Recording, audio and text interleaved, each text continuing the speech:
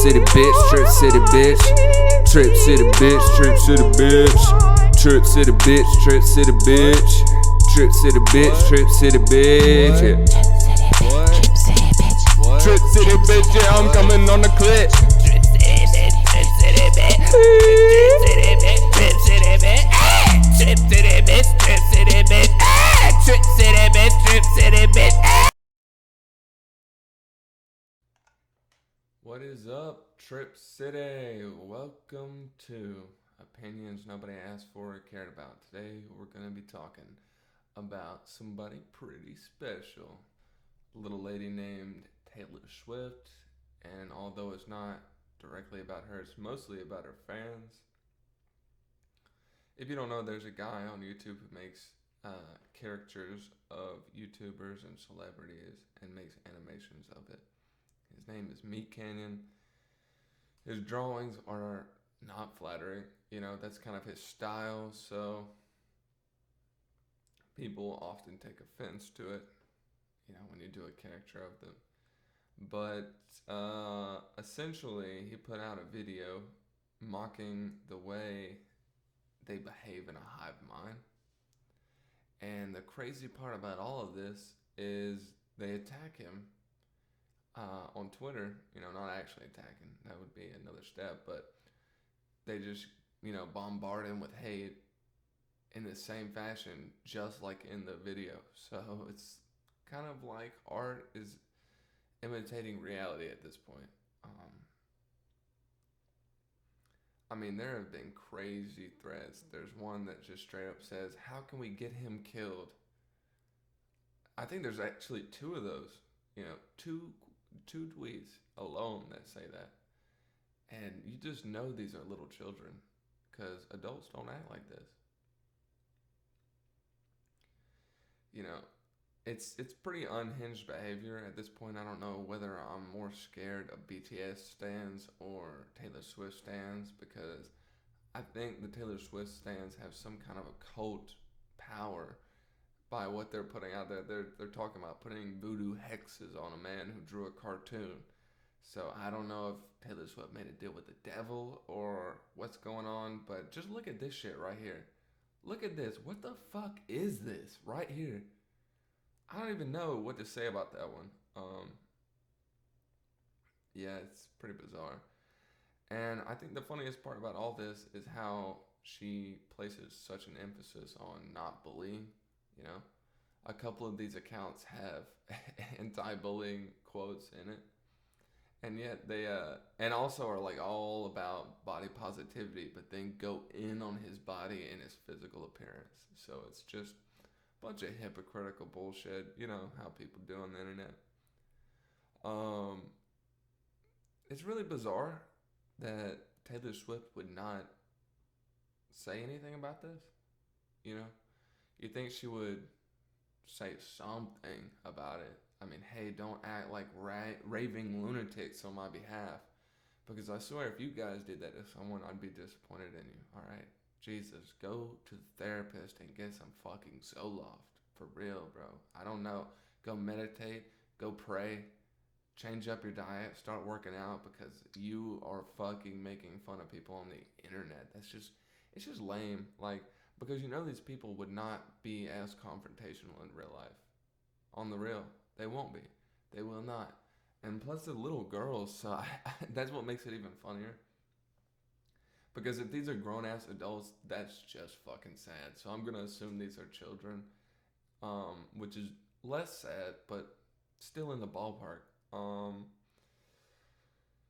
I saw a lot of people comparing this to that recent Vanity Fair article that Billie Eilish did, where she was talking about guys don't get body shaming or any body hate.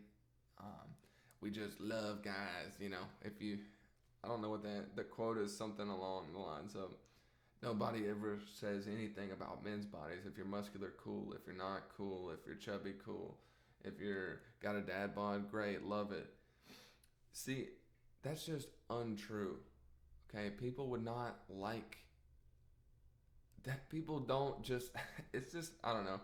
It's a very one-sided view, and it doesn't make a whole lot of sense, because everybody has preferences, and I think everyone would prefer to be with someone who takes care of themselves. It's not a crime to be fat. It's not a crime to be out of shape. It's just like, why do you knock other people's preferences? There's nothing wrong with liking someone who's heavy set, but there's also nothing wrong with liking someone who's not, you know.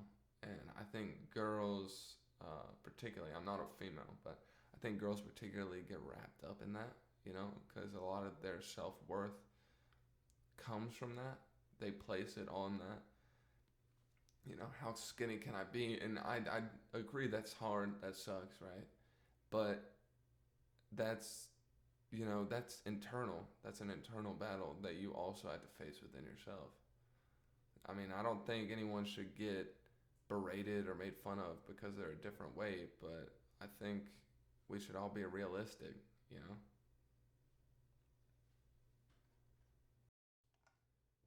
I just watching this really just kind of shocked me because I liked some of Meat Cannon's videos, right? But I mean, I'm not a diehard fan.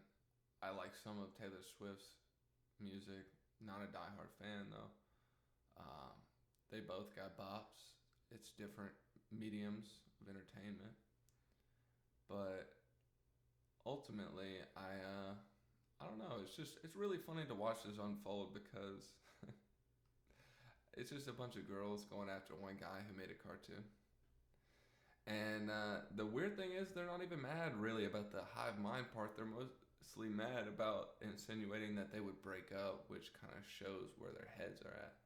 You know, they're not even cognizant of the actual video. I think most of them didn't even watch it. They probably saw the thumbnail and just tweeted it out. It's very bizarre. If you hear purring in this video, it's because Oreo is sitting on my lap. She's helping me with this video, you know. She's feeding me the lyrics. She's the ghostwriter for this video, so if you hear her purring, that's what she's doing. She's like, I've taught her to purr in certain calls to tell me the jokes I should say because I'm so vapid in my brain.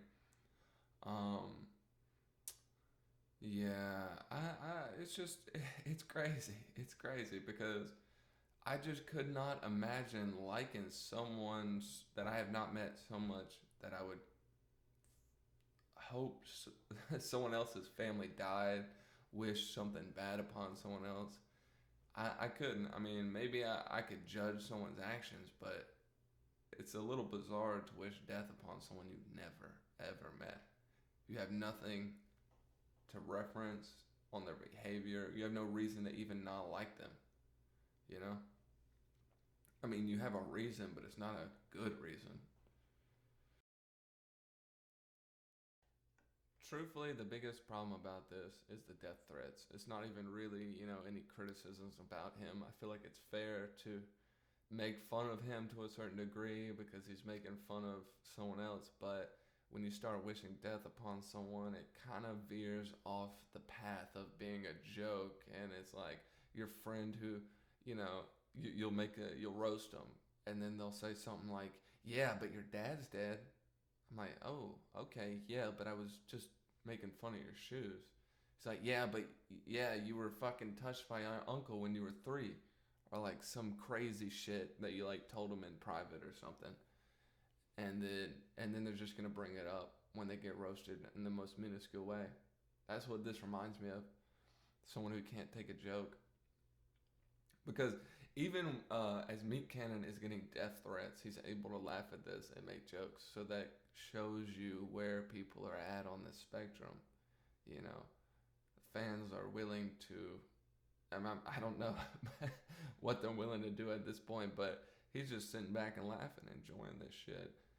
I'm gonna link the video to Meat Cannon's animation in the description. So I'd say just go check it out and judge for yourself. It's nothing crazy. It's just a funny video, and you be the judge of if that was too far, because I doubt it was in anyone else's opinion. It just yeah. So go check it out and see what you think for yourself. I guess Taylor said it right. I'm the problem. It's me. Me. Nah. I'm the problem, it's me. Ni how. I'm the problem, it's me. I think that's how it goes. Yeah, I don't know. She's got some bops, but I don't know. Who ain't gonna address it though? It's been weeks and she hadn't said anything about this. So, I mean, I just don't know. Because if my fans were doing this, I would address it immediately. And also, no news headlines. I feel like this is news. But people selectively choose what's interesting. So, I guess so. Um, it seems like news to me. But only a couple YouTubers are talking about this. So that's why I wanted to make a video, is because of how wild it is. And I did want to get a insider's opinion, so I am gonna bring on Paris in a little bit to talk about it. I just don't know. I don't know what to say about this one. I'm kind of baffled. Uh, we got so much going on in the world, everything that's going on with Israel and Palestine, and yet we're fighting over an animation video. It's just distractions upon distractions of things that don't matter to keep us from actually addressing problems in the world. You know, goodness, if I was Taylor Swift right now, I would feel obligated to say something. I know she can't control her fans, but saying something like that would, I think, go a long way. Yet I don't know, because I've never had to I've never heard of this being that big of a problem, but apparently, I talked to Paris, it's a pretty frequent problem that Swifties are viewed as insane because of their behavior and how they conduct themselves, on par with BTS stans. People just go wild. I don't know. I love Juice World, but I don't think I'm gonna hit up Ali Lottie and start saying, "Hey, bitch, you should die." I would never fucking say that. I don't know. It's very bizarre to me. Uh, it's very weird. I don't know. I'm kind of baffled. You can hear me. I'm speechless. I can barely even make commentary on this video about it because that's how baffled I am. Without further ado, though, let's get the expert in here. She studied them in the wild for years. She's come to enlighten us about the Swifties. Down under, dingo baby. Yeah. So anyway, here is Perry the platypus.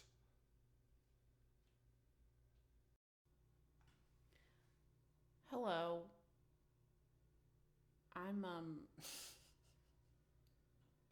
I'm Taylor Swift expert. I'm Taylor Swift expert parasiter. So yeah, I think looking at the history of Swifties and their strong commitment to Taylor Swift, I think ever since a lot of the Taylor Swift fans, they grew up with Taylor. So, we've all seen her have a lot of heartbreaks and a lot of very unfair moments to her in the beginning of her career. One that comes to mind is, the classic Kanye West, thing of someone, coming up on the stage and taking her moment away, or, bad boyfriends broke up with her in a text, Joe Jonas, things like that, things that, everyone wants to, rally behind her and protect her. And sometimes it gets a little out of hand, There's been plenty of times where you look at, like, the Ginny and Georgia thing. Personally, I felt like that made no sense. In the show Ginny and Georgia on Netflix, they made a joke about, dating more men than Taylor Swift, and she didn't take that well. And this was, I think, right after her era of, Reputation. So, she was real quick to come back at something like that. And I also shared a theory that, she was quick to come back with something like Ginny and Georgia, maybe because it was a lot it was on the radar of the Taylor Swift fans. You know, if you're watching Ginny in Georgia, you know, you might be someone who listens to Taylor Swift. Taylor Swift herself might watch it, you know, things like that, and hear something and she claps back, and then obviously, you know, the fans rally behind her in a very strong way. This is probably one of the only ones I can think of. This instance that, you know, Jack is talking about is probably the only instance that I've seen that where it comes to death threats being given to someone. Well, you know, probably there's a lot of examples of death threats being given to people, especially by Swifties or something. But I this is my first time seeing something like this. Uh, I think in a way of this man is you know, has a very alternative way of joking in an alternative way of comedy, and it is, yes, about Taylor Swift, but it's not really for Swifties. You know, it's not something that's for them, and I guess, you know, they took it very you know, upsettingly. I remember hearing something around the lines of that he's a misogynist. I have watched some of his videos. Obviously, they're not my cup of tea. They're funny though. They're really funny. Like I'm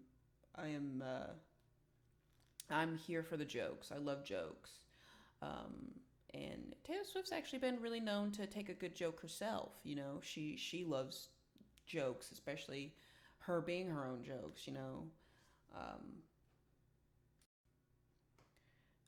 you like, well, I guess I think about, you know, Endgame, you know, at the end of Endgame, there's like a bunch of different Taylors, and, you know, you see all of her like iconic moments, you know, one being of like, I would very much like to be excluded from this narrative, you know, like she understands how the world perceives her and understands the jokes and everything, but um, I think sometimes I think sometimes when it comes to comedy, people take it very seriously. They see comedy as an actual statement that someone's making. Yes, it is a statement that they're making, but I think also comedy is also used as a reflection of people in the state of the world. Um, so I think it's kind of crazy that you know, I haven't heard anything from Taylor Swift saying anything. I don't know if she will, but I do know that this dude who is a comedian himself, uh, hopefully I would hope wouldn't take the things that these people say too seriously, because it seems like it's the way of the comedian. You know, they make a joke, and someone is not just a little offended by it, but deathly offended by it, and want to retaliate in a horrible, horrible way. I don't agree how the Swifties are doing it, and these kind of scenarios make me scared to call myself a Swiftie. Um, like a little bit of like the behind the scenes of me, I guess, is, you know, I loved her since Picture to Burn, you know, first came out, and I've been following her advent like so strongly for years. And even when she puts out an album that I might not like, I still support. And, you know, then bam, she comes up with a new one, and I love it like it was never over, you know. So I've had my own relationship with Taylor Swift and her music. I love her. I love her music, and she's a household name. You know, people can't really avoid a household name. Um,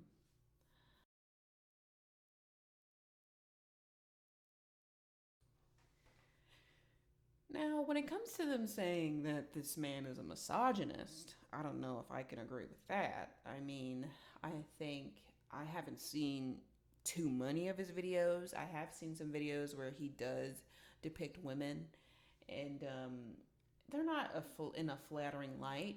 His art is not in a flattering light. No one is supposed to be in a flattering light. in the one with Taylor Swift, uh,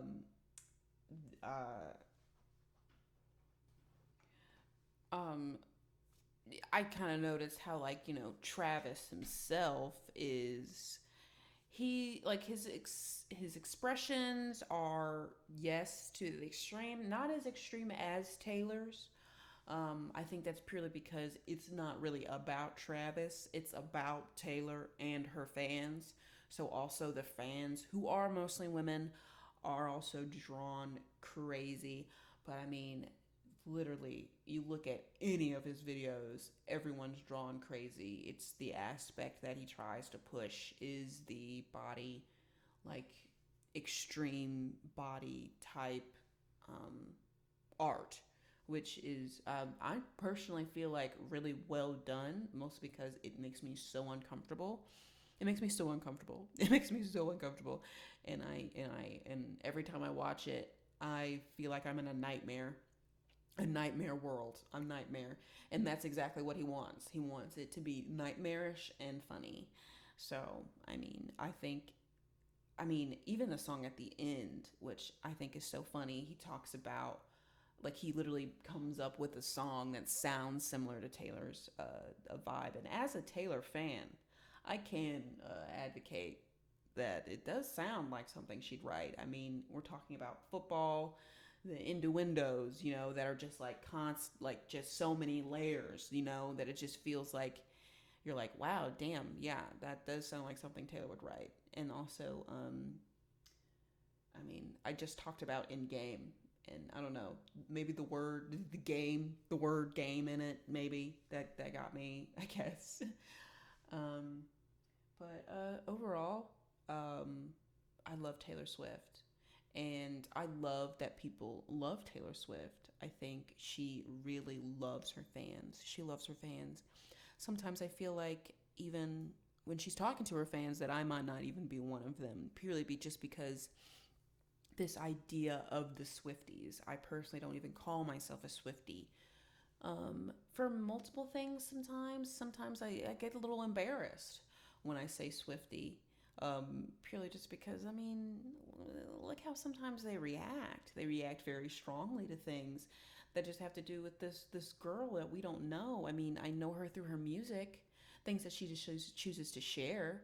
I know her through, like, things that she does and things that she posts, but I don't know her. And you can't get up in arms about someone you don't know. You just can't. She's a big girl, a grown girl, and she's been sticking up for herself for so many years. I think one YouTuber making a video is something that she definitely would bounce back from. I mean, she's been through, I mean, just look at her Reputation tour. Like, she's bounced back from worse. Okay, so it's ridiculous for someone to talk to someone like this at all on the internet. Taylor Swift has been, quote unquote, bullied a lot worse than this. She'll survive, guys. She will. She bounces back like no other. Yeah. I wanna be your end game. I wanna be your first string. I wanna be your 18. I wanna be your end game. End game. It's funny because this is also this hashtag Tony Stark saving us at the end of Endgame. Tony, you are our end game. You are end game. You are our first string, and you are our A team, and you just are. He saved us all. Thank you. Thank you to Paris for coming in and giving her opinion. This has been kind of a longer video than I'd like it to be. Sorry about that, but hope you guys have a good day and just laugh about the insanity that is the world we live in. All right. Yeah, don't go out and send death threats to people because they don't like your music. All right. Please don't. Yeah. All right. See you at Trip City.